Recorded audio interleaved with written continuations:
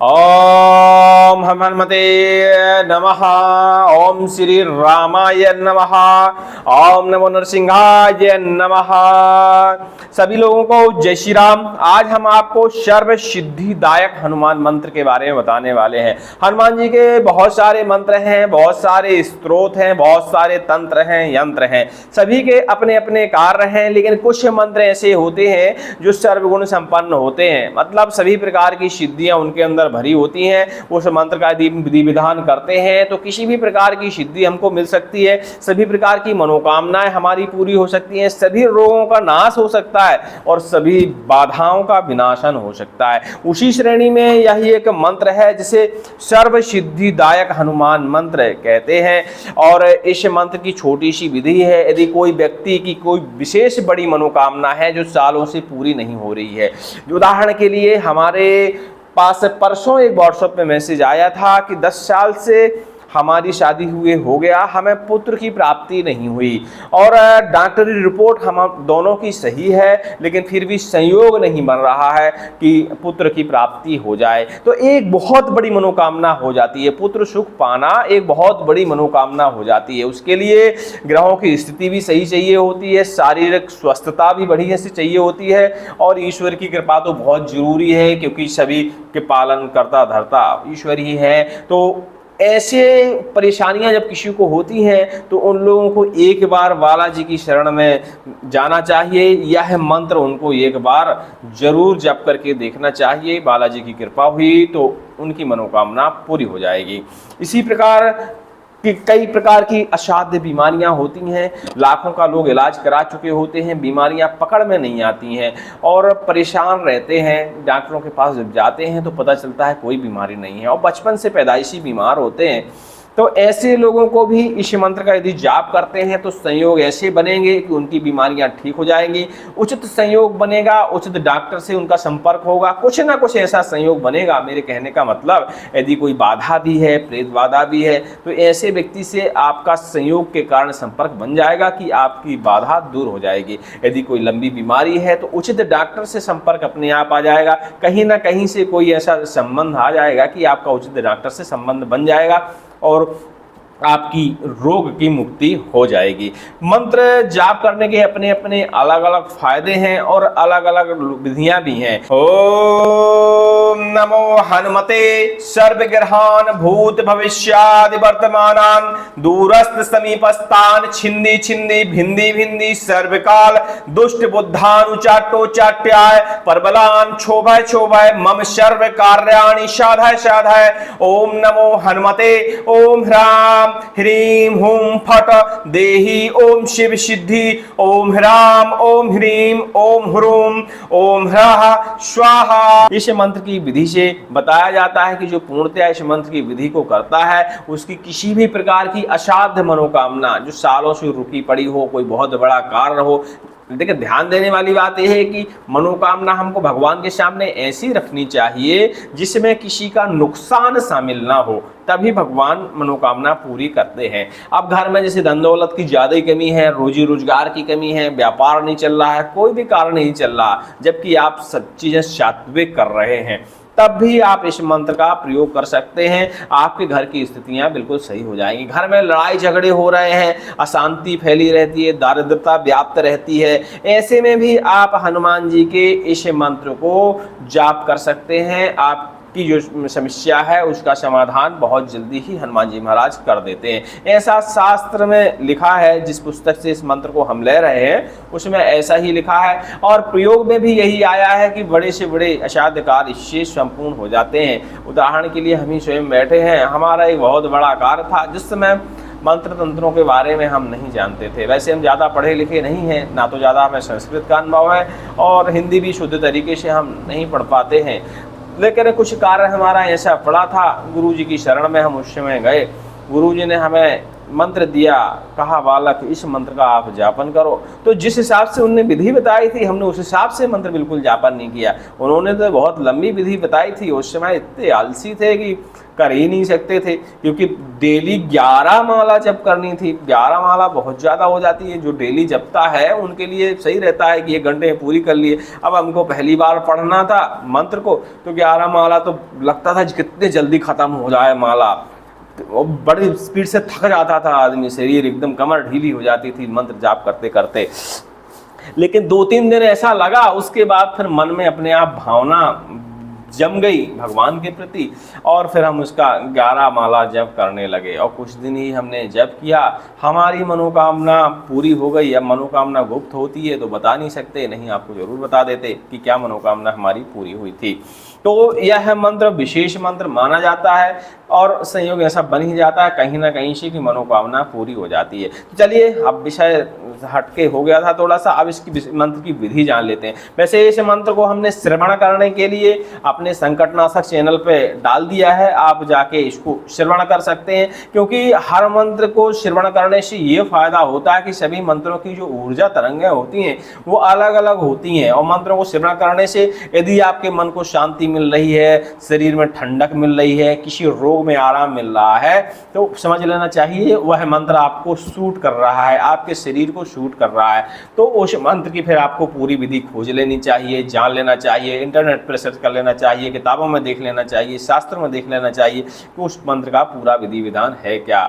नहीं मिलता तो हमसे भी आप पूछ सकते हैं, ठीक है। यदि कोई मंत्र आपके शरीर को ठंडक पहुंचा रहा है, शरीर को आराम दे रहा है, तो समझ लेना चाहिए वह मंत्र आपके शरीर की ग्रह दशा, वो आपके शरीर की ऊर्जा से एकदम मैच करता है। यदि वह मंत्र आप संपूर्ण तरीके से सिद्ध करते हैं तो आपकी सारी समस्याओं का समाधान हो जाएगा, और आपको ऐसी सिद्धियां मिल सकती हैं जिसके बारे में आपने विचार ही कभी नहीं किया होगा। मंत्र अक्सर इसी प्रकार सिद्ध होते हैं। मंत्रों को ढूंढने की जरूरत पड़ती है कि हमारे शरीर को कौन सा मंत्र सूट कर रहा है, क्योंकि हर मंत्र में कहीं ना कहीं छोटा मोटा एक बीज होता है, और सभी बीज बहुत पावरफुल होते हैं, और जब बीज शरीर को शूट करने लगता है तो अब ये तो हम तय नहीं कर सकते कि किसको कौन सा बीज शूट कर रहा है, वो तो आपको स्वयं ढूंढना पड़ेगा। संकटनाशक पे जाइए, सभी मंत्रों का 2-2, 5-5 मिनट जितना समय हो, 1 दिन में, 10 दिन में, 20 दिन में, महीने भर में श्रवण करिए।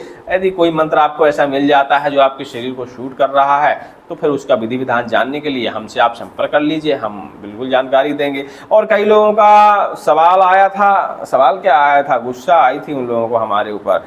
कई लोगों ने तो कहा है मंत्र कहाँ से ला रहे हो, तो हमने आपको बताया, पिछले वीडियो में भी हमने बताया था, मंत्र ये सब शास्त्रों से निकाले जाते हैं। कुछ स्त्रोत होते हैं हनुमान जी के, बब्बाजू महाराज के, उन स्त्रोतों में से भी मंत्रों को अलग किया जाता है, और गुरुजी की सलाह अनुसार इन मंत्रों को फिर सिद्ध किया जाता है, प्रयोग किया जाता है, प्रयोग करके इनका परीक्षण किया जाता है। यदि हमने 50 लोगों को मंत्र दिए हैं, यदि 10 लोगों को भी उस मंत्र से फायदा हुआ है, तो हम उसको यूट्यूब पे आपको श्रवण करने के लिए दे देते हैं, ठीक है। इस तरह मंत्र होते हैं। मंत्र अलग से निर्माण नहीं होते, किसी न किसी स्त्रोत से अलग किए जाते हैं, या किसी विशेष ग्रंथ से निकाले जाते हैं, किसी कथा से निकाले जाते हैं, भागवत से निकाले जाते हैं, पुराणों से निकाले जाते हैं। अब पूरा पुराण में शॉर्ट मंत्र निकालना बड़ा मुश्किल वाला काम है, तो उसी तरह यह मंत्रों को निकाला जाता है और आपके लिए उपलब्ध कराया जाता है। नहीं, बहुत मेहनत वाला काम होता है मंत्र को अलग करना, और फिर उसका परीक्षण भी करना कि मंत्र किस हद तक यह है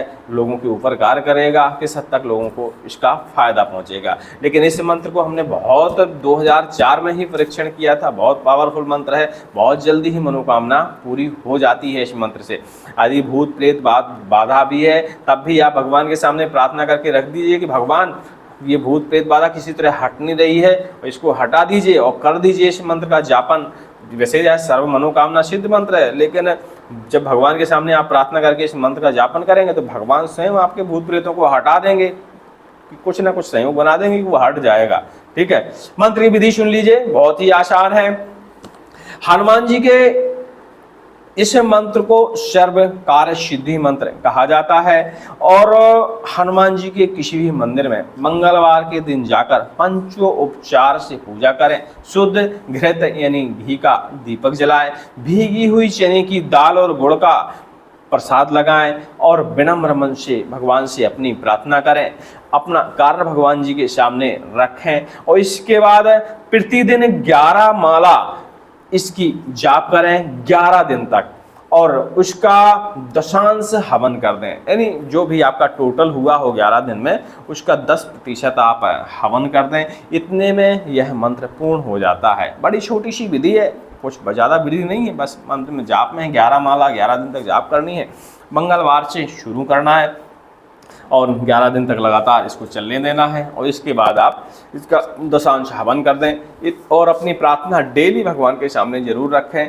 ऐसा संयोग बन जाता है कि कई लोगों की तो 11 दिन के पहले ही मनोकामना पूरी हो जाती है और कई लोगों को थोड़ा सा समय लग जाता है। तो बिल्कुल धैर्य धारण करके रहेंगे, क्योंकि भगवान पे जब विश्वास करेंगे, श्रद्धा रखेंगे तो भगवान मनोकामना जरूर पूरी करेंगे। लेकिन 11 दिन के बाद भी आपको मंत्र को छोड़ना नहीं है। 11 दिन के बाद आपको इसे अपने दैनिक जीवन में उतार लेना है। कम से कम 5 बार, 11 बार, 21 बार डेली। जब पूजा तो करते ही होंगे, अगरबत्ती तो जलाते ही होंगे, दीपक तो जलाते ही हो, उसी समय 11 बार, 10 बार, 51 बार, जितना समय हो उतना आप अपने दैनिक जीवन में उतार कर इसे डेली पढ़ लिया करिए। ऐसा करने से इस मंत्र की जो ऊर्जा है बरकरार रहेगी और आपके जो कार्य हैं बहुत जल्दी ही सारे सिद्ध हो जाएंगे। ठीक है, ये बस छोटी सी विधि थी। हमने बताया कि इस मंत्र से इतनी बड़ी मनोकामना पूरी हो सकती है जिसके बारे में आपने कभी विचार किया ही नहीं होगा। तो आप करके देखिए, आपकी मनोकामना अवश्य ही मंत्र से पूरी होगी। और एक और भाई का हमारे कमेंट में सवाल आया था, मंत्रों के नाम जैसे वज्र मंत्र, चिंतामणि मंत्र इत्यादि इत्यादि हमारे चैनल पे ऐसे मंत्र हैं, तो इनके नाम कहाँ से पाते हैं? तो हम आपको बता दें कि जैसे इसको हमने इस मंत्र का जो हम आपको बताने वाले हैं, श्रवण कराने वाले हैं, या जिसके विधि बताई है हमने, इसको सर्व सिद्धिदायक हनुमान मंत्र कहा जाता है। तो ये तो वास्तविकता में जिसने भी इस पुस्तक में इस मंत्र को लिखा होगा उसने इस मंत्र का नाम यही लिखा है, सर्व सिद्धिदायक हनुमान मंत्र। ठीक है, इसी तरह इसने इस पुस्तक में लिखा था। हमने इसका बढ़िया से बनाया है, स्क्रिप्ट बनाई है इसकी, तो इस तरह उसने लिखा है। तो ठीक है, इन्होंने स्वयं ही इसका नाम लिख दिया।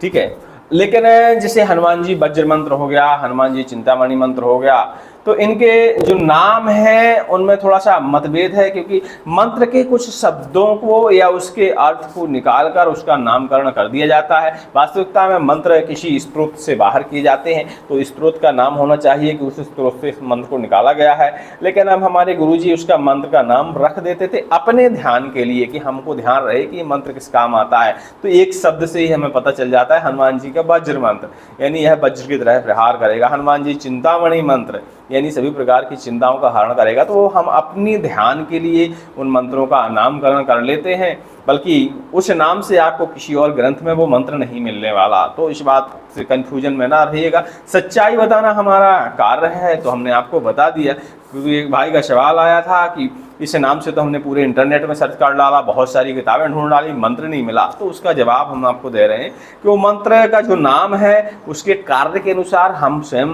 उसका नामकरण कर लेते हैं अपने ध्यान के लिए। ताकि यूट्यूब में हम हनुमान जी के बहुत सारे मंत्र डालते हैं तो हमको इतना ध्यान थोड़ी ना रहेगा कि इस मंत्र का कार्य क्या है, तो उसमें हम अपने ध्यान के लिए उसको नाम डाल देते हैं चिंतामणि मंत्र, हनुमान वज्र मंत्र। क्योंकि हनुमान वज्र मंत्र वज्र की तरह कार्य करता है, चिंतामणि मंत्र चिंताओं को दूर करता है, उग्र मंत्र मतलब बहुत ज़्यादा तेज मंत्र माना जाता है। तो इस तरह उनके नाम हम अपने ध्यान के लिए उसमें रख लेते हैं।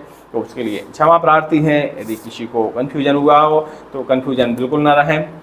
मंत्र किसी न किसी स्रोत से अलग किए जाते हैं, किसी न किसी ग्रंथ से लिए जाते हैं। अब उसमें मंत्र का नाम नहीं लिखा होता, सब में हनुमान जी का मंत्र लिखा होता है, हनुमान मंत्र, हनुमान मंत्र, हनुमान मंत्र।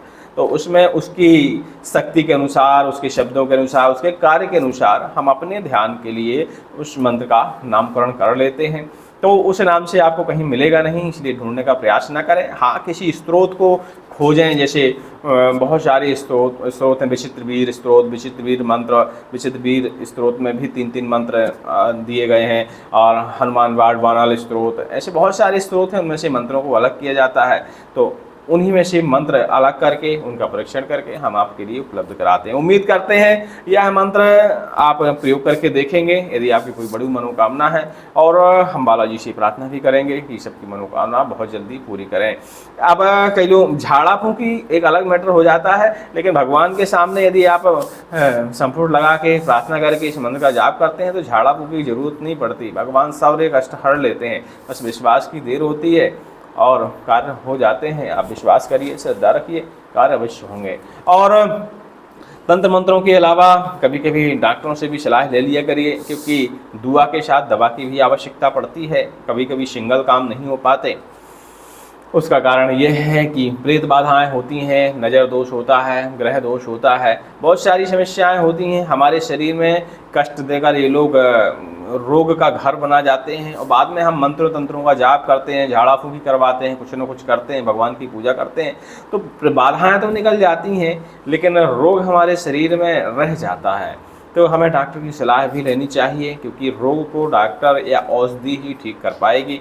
हाँ, मंत्र अपना असर दिखाते हैं, आपकी सारी बाधाओं का हरण कर लेते हैं। जब आपका काट होता है तो उसी समय से आपको एहसास हो जाता है कि हमारे अंदर कुछ न कुछ हो गया है, आराम से आपको ठीक होने की इच्छा जागृत हो जाती है। लेकिन उसके बाद आपको डॉक्टर की सलाह लेनी चाहिए, डॉक्टर से इलाज वगैरह कराना चाहिए, ताकि आपके रोग जल्दी रिकवर कर सकें। कई लोगों के वो रहते हैं, जैसे एक हमारे पास कर्नाटक से भाई हैं, उनका हमने तंत्र काट किया था, तो वो कई सालों से परेशान थे, 20 सालों से तंत्र काट किया उनका।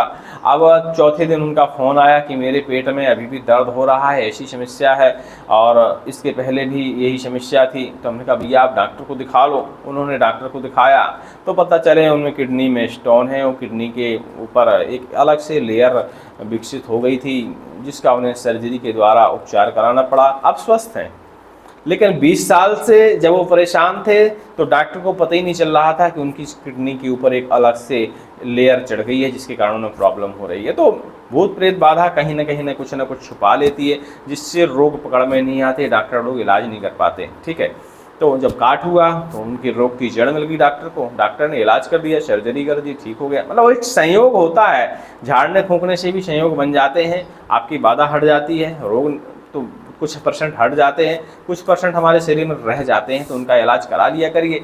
तो अब ऐसा नहीं है कि हमने झाड़ा फूंकी कर दी, किसी और से आपने झाड़ा फूंकी करा ली और डॉक्टर के पास उसके बाद आप जान ही रहे हैं बीमारी आपके शरीर में है ही है। अब ये बीमारी का इलाज करा लो, ठीक हो जाओगे। भूत प्रेत तो पल भर का काम होता है, मंत्र पढ़ा चंद सेकंड में गायब, लेकिन बीमारी तो नहीं जाएगी ना, बीमारी आपको औषधि से ही ठीक करनी पड़ेगी।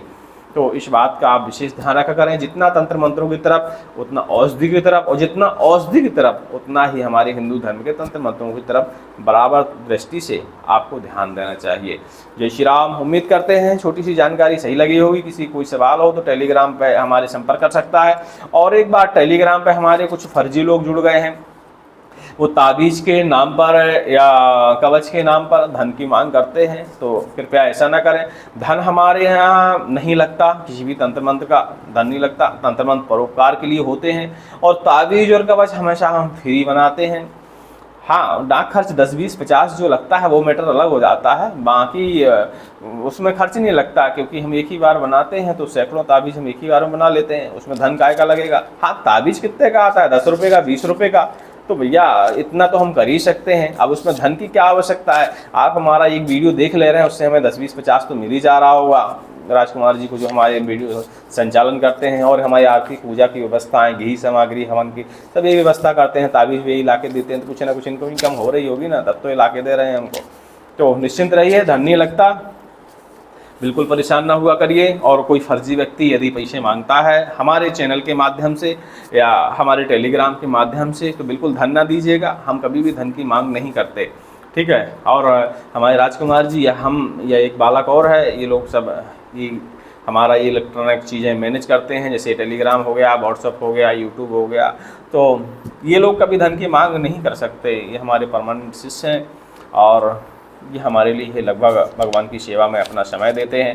थोड़ा बहुत चैनल पे काम कर लेते हैं, जिससे थोड़ी बहुत इनकम हो जाती होगी, तो थोड़ा सा हमारे मंदिर को भी दे देते हैं, और कुछ अपने परिवार वालों के 3 लोग हैं, तो अपने परिवार को भी भरण पोषण कर लेते होंगे। ठीक है, तो इनका निवेदन भी था कि चैनल को थोड़ा सा सब्सक्राइब कर दिया करिए, लाइक कर दिया करिए, और क्या बोलते हैं उसको, जो भी है कर दिया करिए।